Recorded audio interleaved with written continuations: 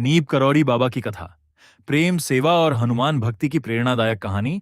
भारत की संत परंपरा में अनेक ऐसे महान संत हुए हैं जिन्होंने अपना जीवन भगवान की भक्ति और मानव सेवा के लिए समर्पित किया।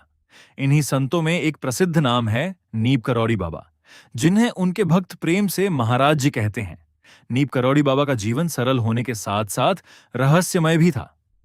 उनके जीवन से जुड़ी अनेक घटनाएं भक्तों के संस्मरणों और आध्यात्मिक परंपराओं में मिलती हैं। उनके भक्त उन्हें महान संत और हनुमान जी का परम भक्त मानते हैं। कुछ भक्त उन्हें हनुमान जी का अवतार भी मानते हैं। लेकिन बाबा के जीवन का सबसे महत्वपूर्ण संदेश किसी चमत्कार से नहीं बल्कि उनके व्यवहार से मिलता है। उनकी शिक्षा का सार था, सबसे प्रेम करो, सबकी सेवा करो और सबको भोजन कराओ। बाबा का प्रारंभिक जीवन नीब करौरी बाबा का जन्म नाम सामान्यतः लक्ष्मी नारायण शर्मा बताया जाता है। उनके जन्म और बचपन से जुड़ी जानकारी अलग अलग परंपराओं में कुछ अलग मिलती है। भक्तों के अनुसार बचपन से ही उनके भीतर आध्यात्मिक झुकाव था। कम उम्र में ही उन्होंने सांसारिक जीवन से अलग साधना और ईश्वर की खोज की ओर कदम बढ़ाया। कहा जाता है कि लगभग 11 वर्ष की उम्र में उन्होंने घर छोड़ दिया था।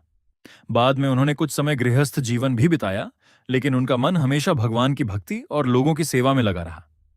वे अलग अलग स्थानों पर घूमते रहे और धीरे धीरे लोग उन्हें एक संत के रूप में पहचानने लगे। नीब करौरी नाम की प्रसिद्ध कथा, बाबा के नाम से जुड़ी सबसे प्रसिद्ध कथा ट्रेन से संबंधित है। कहा जाता है कि एक बार बाबा ट्रेन में बैठे थे। उनके पास उचित टिकट नहीं था। टिकट निरीक्षक ने उन्हें ट्रेन से नीचे उतार दिया।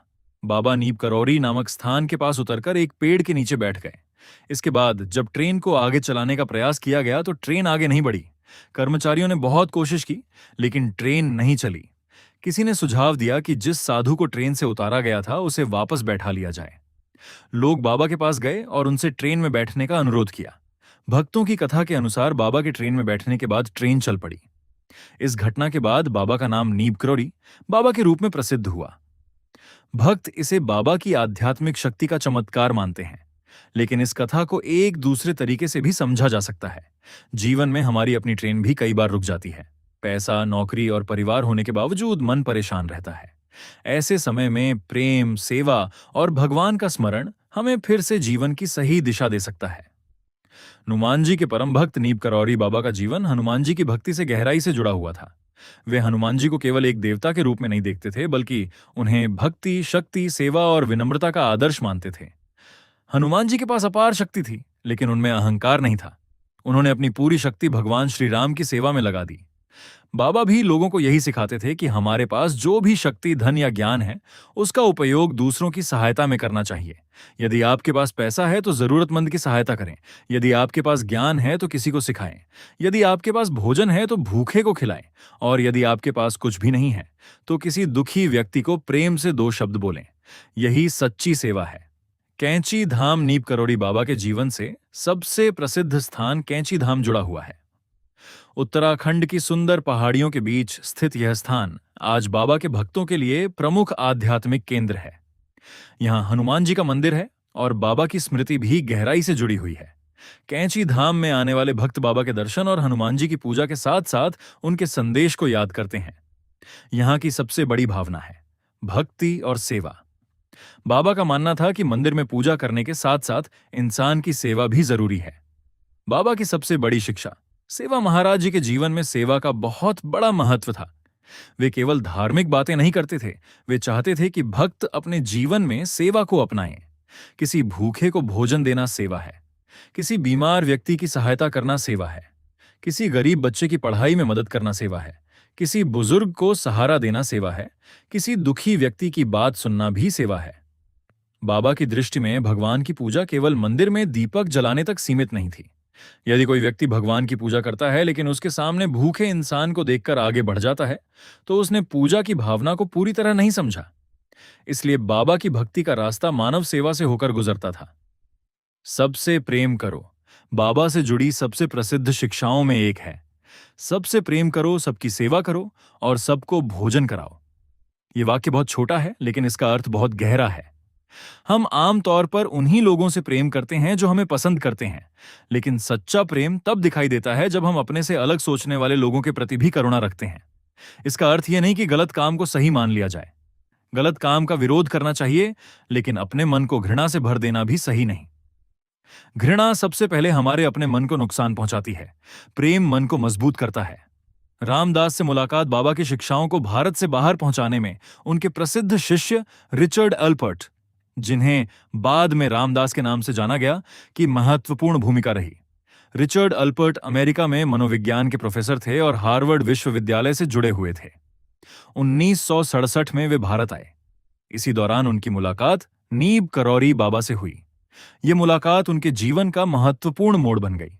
कहा जाता है कि बाबा ने उन्हें रामदास नाम दिया, जिसका अर्थ है राम का सेवक। इसके बाद रामदास का जीवन आध्यात्मिक शिक्षा और सेवा की दिशा में बदल गया। उनकी प्रसिद्ध पुस्तक बी हियर नाउ ने भारतीय आध्यात्मिक विचारों, ध्यान और योग को पश्चिमी दुनिया में लोकप्रिय बनाने में महत्वपूर्ण भूमिका निभाई। इस तरह बाबा की शिक्षाएं धीरे धीरे भारत से बाहर भी पहुंच गईं। बाबा से जुड़ी चमत्कार कथाएं नीब करौरी बाबा के जीवन से अनेक चमत्कारिक कथाएं जुड़ी हुई हैं। भक्तों के अनुसार किसी की बीमारी के समय बाबा ने सहायता की, किसी को संकट से बचाया और किसी को भविष्य में आने वाली परेशानी के बारे में संकेत दिया। इन घटनाओं को मुख्य रूप से भक्तों की आस्था और अनुभवों के रूप में समझा जाता है। लेकिन बाबा की कथा का सबसे बड़ा चमत्कार शायद कोई अलौकिक घटना नहीं था। सबसे बड़ा चमत्कार था इंसान का बदल जाना। एक क्रोधी व्यक्ति शांत हो जाए, एक स्वार्थी व्यक्ति सेवा करना सीख जाए, एक निराश व्यक्ति फिर से उम्मीद करना सीख जाए, एक अहंकारी व्यक्ति विनम्र बन जाए। यही सबसे बड़ा परिवर्तन है। बाबा का सादा जीवन, महाराज जी का जीवन बहुत साधारण था। वे कंबल ओढ़ते थे और सामान्य लोगों के बीच रहते थे। उन्होंने अपने लिए किसी बड़े पद या वैभव की इच्छा नहीं रखी। उनकी पहचान धन से नहीं बनी, उनकी पहचान लोगों के दिलों में बनी। कभी वे भक्तों से बहुत प्यार करते थे और कभी उन्हें डांट भी देते थे, लेकिन भक्तों को लगता था कि उनकी डांट में भी करुणा छिपी हुई है। वे लोगों को उनकी गलतियों का एहसास कराते और उन्हें बेहतर जीवन जीने की प्रेरणा देते थे। भोजन और सेवा बाबा की परंपरा में भोजन का विशेष महत्व रहा। उनकी शिक्षा थी कि यदि कोई भूखा है तो पहले उसका पेट भरना चाहिए। आज हम इस शिक्षा को बहुत सरल तरीके से अपना सकते हैं। किसी गरीब को भोजन कराएं, किसी जरूरतमंद परिवार को राशन दें, किसी बच्चे की किताबें खरीद दें, किसी बुजुर्ग की सहायता करें, किसी बीमार व्यक्ति को अस्पताल पहुंचाइए। सेवा करने के लिए हमेशा बहुत पैसा होना जरूरी नहीं। कभी एक गिलास पानी भी सेवा है, कभी किसी दुखी व्यक्ति को ध्यान से सुनना भी सेवा है। अहंकार छोड़ने की शिक्षा, बाबा की शिक्षाओं में अहंकार से दूर रहने का संदेश भी मिलता है। मनुष्य सफलता मिलने के बाद कहता है, मैंने सब कुछ किया, लेकिन जीवन में हमें जो मिला है उसमें हमारे प्रयास के साथ परिवार, समाज, प्रकृति और परिस्थितियों का भी योगदान होता है। इसलिए सफलता मिलने पर अहंकार नहीं, कृतज्ञता होनी चाहिए। यदि भगवान ने हमें अधिक दिया है तो हमें दूसरों के लिए अधिक करना चाहिए। परिवार में रहकर भी भक्ति, महाराज जी की शिक्षा केवल साधुओं के लिए नहीं थी। उनके भक्तों में बहुत से गृहस्थ लोग भी थे। इससे यह संदेश मिलता है कि भगवान की भक्ति के लिए संसार छोड़ना जरूरी नहीं। घर में रहकर भी भगवान को याद किया जा सकता है। माता पिता की सेवा की जा सकती है, बच्चों को प्रेम दिया जा सकता है, ईमानदारी से नौकरी की जा सकती है, व्यापार में धोखा देने से बचा जा सकता है और अपने जीवन को सेवा और भक्ति से जोड़ा जा सकता है। बाबा और क्षमा जीवन में हमें कई बार दूसरों से दुख मिलता है। कोई धोखा देता है, कोई अपमान करता है, कोई हमारी मेहनत का श्रेय ले जाता है। लेकिन यदि हम वर्षों तक उसी घटना को मन में लेकर चलते रहें तो नुकसान हमारा ही होता है। क्षमा का अर्थ गलत काम को सही मानना नहीं है। क्षमा का अर्थ है कि हम अपनी जिंदगी को किसी दूसरे की गलती का कैदी न बनने दें, मन को मुक्त करें और आगे बढ़ें। बाबा का अंतिम समय नीब करौरी बाबा ने सितंबर 1973 में अपनी देह त्यागी। उनके भक्तों के लिए यह उनके जीवन का अंत नहीं था। उनका शरीर चला गया, लेकिन उनकी शिक्षा आज भी जीवित है। कैंची धाम में आज भी भक्त आते हैं, हनुमान जी की पूजा करते हैं, राम नाम लेते हैं, बाबा को याद करते हैं और सेवा करने का संकल्प